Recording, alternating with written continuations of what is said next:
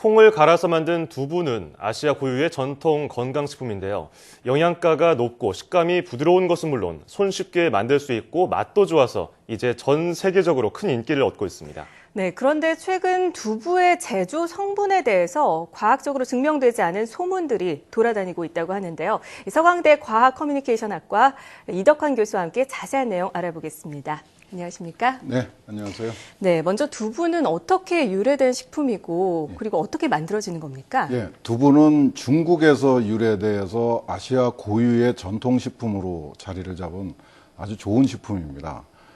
그런데 이 대부분이 이제 탄수화물로 된 저희가 쌀을 주식으로 하잖아요. 네. 그렇기 때문에 이제 단백질이나 이 철이나 이런 다른 미량 성분들을 섭취하기가 굉장히 어렵습니다. 네. 그런 우리한테 이 두부는 굉장히 좋은 건강식품이죠. 쌀에서 보충할 수 없는 영양 성분을 제공해주기 때문에. 네네. 그래서 이제 굉장히 좋은 전통식품이고 또 더 좋은 거는 이게 만들기가 생각보다 그렇게 어렵지 않습니다. 아, 그런가요? 그냥 콩을 물에 불려가지고 갈아가지고 네. 끓입니다. 끓이면 이제 그 콩에 들어있던 단백질 성분이 물로 녹아 나와요.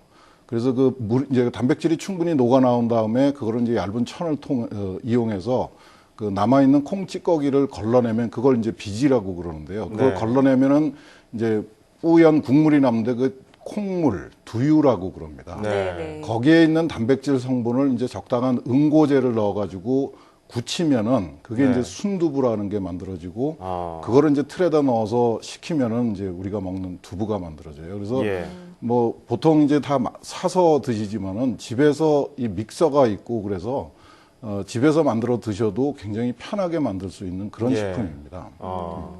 지금 머릿속에 두부 관련 음식들로 가득 찼습니다. 예전에 그 두부 장수가 종소리 내면서 딸랑딸랑하면서 두부 파는 그런 것도 생각이 좀 나고요. 그렇죠. 예. 그런데 이렇게 맛도 좋고 추억도 많은 두부에 어떤 소문이 돌고 있습니까? 글쎄요, 요즘 이제 대량으로 이제 요새 사서 먹는 식품들이 굉장히 많잖아요. 네. 두부도 그 중에 하나인데 이 두부를 공급해주는 업체들이 이 정체불명의 화학약품을 사용한다.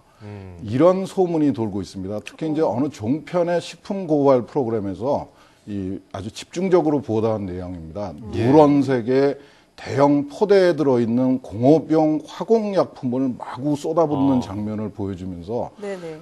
좀 정말 시청자들을 겁나게 만들었는데 굉장히 자극적인데요. 식품과학을 전공한다는 전문가들이 출연해서 이게 두부는 전통적으로 쓰는 천연 간수를 써야 되는데 그 대신에 이거 이름도 잘 알 수 없는 합성 물질을 사용한다. 이건 네. 굉장히 잘못된 것이다라고 막 야단 법석을 떨더라고요. 네네. 그래서 이제 실제로 착한 두부 식당을 하나 소개를 해주더라고요. 근데 사실 뭐 신비스럽게 포장을 하지만은 구입처도 어딘지 밝히지 못하는 소위 천연 친환경 간수라는 걸 사용해서 그 두부를 만드는 가게를 막 그냥 대단한 비법을 가지고 있는 대단한 가게인 것처럼 이렇게 소개를 하더라고요.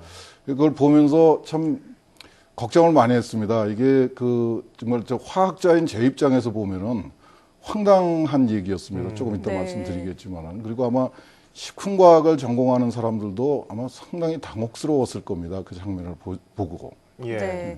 근데 사실 전통적으로 써왔던 간수가 좋은 게 아닌가 이런 생각이 드는데 간수는 천일 염전에서 생산되는 친환경, 천연 재료라고 알려져 있지 않습니까? 참 간수는 저희가 하도 들어갖고 굉장히 익숙하게 많이 알고 계시는 식품 뭔가 좋은 재료죠. 걸 것 같은데. 근데 놀랍게도 그 간수가 무엇이고 어떻게 생산되는 건지를 아는 분들은 제 주변에 그렇게 많지 않더라고요. 그렇습니다. 네. 간수는 이런 겁니다. 천일염, 특히 이제 좀 품질이 나쁜 천일염은 이게 드시면은 좀 쓴맛이 납니다. 그래서 그 쓴맛을 제거하기 위해서 사용하는 방법이 이 옛날에 이제 소금 가마니를 창고 구석에, 특히 습기가 많은 창고 구석에 둬야지 됩니다. 그러면 축축하게 소금이 녹아 나옵니다. 그걸 보고 간수라 그러는데 그러니까 소금 가마니에서 녹아 나온 침출수입니다. 먹어보면은 아주 짜고 좀 쓴맛이 강하게 납니다. 그래서 그런 간수를 빼고 남은 천일염은 단맛이 난다고 또 우리 조상들이 그렇게 얘기를 했어요. 그래서 예. 천일염을 구입을 해서 상당히 몇 개월 내지 1년 이상 그렇게 묵히면서 빼내오는, 빠져나오는 침출수가 간수인데 예.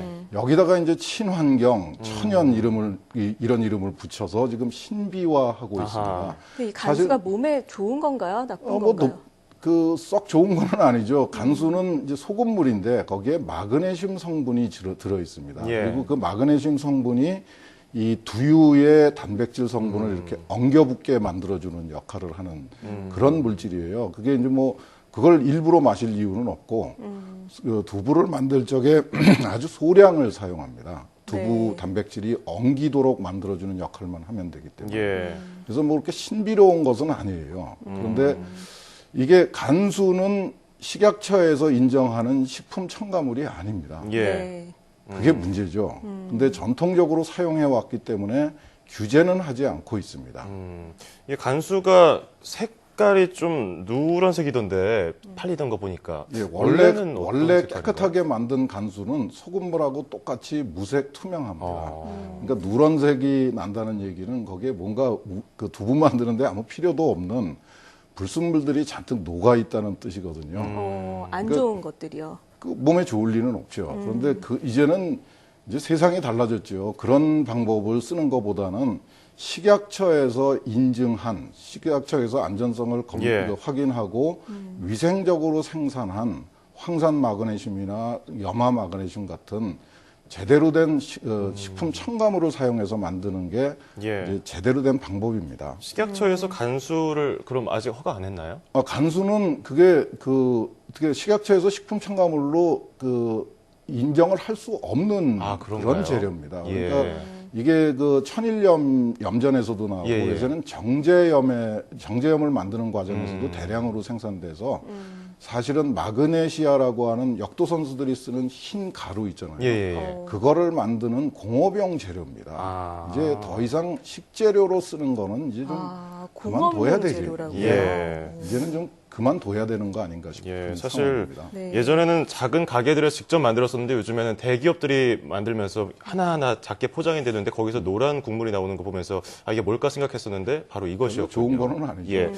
자, 그런가 하면 간수 대신에 두부를 이렇게 뭉치게 하는 응고제로 사용됐다고 하는 물질은 어떤 건가요? 이게 이름이 좀 낯섭니다. 글루코 델타 락톤 이런 좀 낯서네요. 긴 이름을 가지고 있습니다. 예, 이게 예. 이름이 낯설어서 그렇지 사실은 우리하고 굉장히 익숙한 재료고요. 아, 그런가요?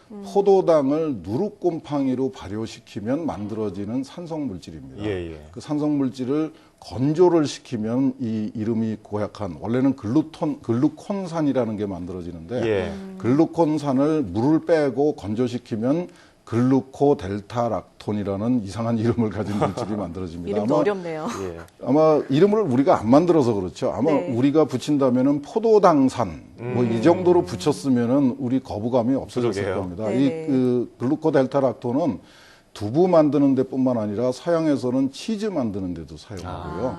이 육류를 가공하는 데도 쓰고 예. 심지어는 과일의 색깔을 유지시키는 용도로도 씁니다. 예. 그러니까 굉장히 다양하게 쓰는 우리나라뿐만 아니라 전 세계적으로 식품 첨가물로 안전성이 확인된 그런 식품 첨가물입니다. 예. 그렇군요. 그렇다면은 이 전통적인 제조법을 존중할 필요는 없는 건가요? 식품을 요리하고 가공하는 방법은 생각보다 굉장히 빠르게 발전을 합니다. 새로운 재료가 등장하고 조리 기구가 등장하고 조리 방법이 나타나고 그다음에 무엇보다도 이제 문화가 바뀝니다. 우리 취향이 바뀌어요. 그러면 네. 굉장히 빠르게 바뀝니다. 근데 우리가 이제 전통을 고집할 필요도 있죠. 전통은 다 나쁜 게 아니니까요. 두부 장인들의 입장에서는 예. 지켜야 하지 않을까라고 생각할 수도 있을 그렇죠. 것 그런데 같은데. 그것도 이제 좀 문제가 있으면 예를 들어서 누런 간수는 그건 공업용으로나 쓰는 거지 식용으로 쓸 이유가 없는 거거든요. 그러니까 네. 아까 말씀드린 것처럼 식용으로 인정받은 황산 마그네슘이나 염화 마그네슘을 사용하는 게 좋고 이 델타락톤이라는 그 응고제를 사용하면은 또 독특한 특성을 만들어낼 수가 있습니다. 요새 예. 아마 연두부라고 이렇게 간장을 뿌려서 먹는 아주 부드러운. 부드러운 그 두부 드셔보셨을 네, 겁니다. 식감이 너무 좋죠. 예, 이 델타락토는 이런 연두부를 만드는데 아주 좋습니다. 예. 이게 그 화학적인 이유 때문에 두부가 굉장히 천천히 만들어지면서 이게 서양에서는 실큰 도부라고 그럽니다. 그러니까 실크 같이 생긴 두부를 만들 수 있는. 그래서 전통을 지키는 것도 중요하지만은 과학적인 원리를 이용해서 새로운 방법을 개발을 하면은 우리가 전에 전통에서 맛보지 못했던 전혀 예. 새로운 맛의 음식을 맛볼 수도 있습니다. 그걸 나쁘다고 거부할 이유는 전혀 없고요. 그런 방식에 의해서 우리 음식 문화도 발전하고 우리의 음식에 대한 만족도도 훨씬 더 높아지는 거죠. 예. 그런 좀 전향적인 자세가 필요한 것 같습니다. 예. 말씀하신 대로 사실 음식 관련된 프로그램이 늘어나면서 뭐 시청자를 끌기 위한 목적인지는 몰라도 자극적인 내용들이 굉장히 많아요. 말씀하신 것처럼 서두에. 그렇기 때문에 이렇게 과학적인 접근으로서 어떤 게 옳고 그름인지 정확하게 판단하는 게 중요할 것 같습니다. 예, 두부는 우리 식탁에서 빼놓을 수 없는 식재료 가운데 하나입니다. 분명하죠, 이것은. 하지만 잘못된 조리 방법을 개선해서 위생적으로 깨끗한 두부를 만들고 시중에 유통하는 것이 중요할 것 같네요. 지금까지 서강대 과학커뮤니케이션학과 이덕환 교수와 함께 이야기 나눠봤습니다. 오늘 말씀 감사드립니다.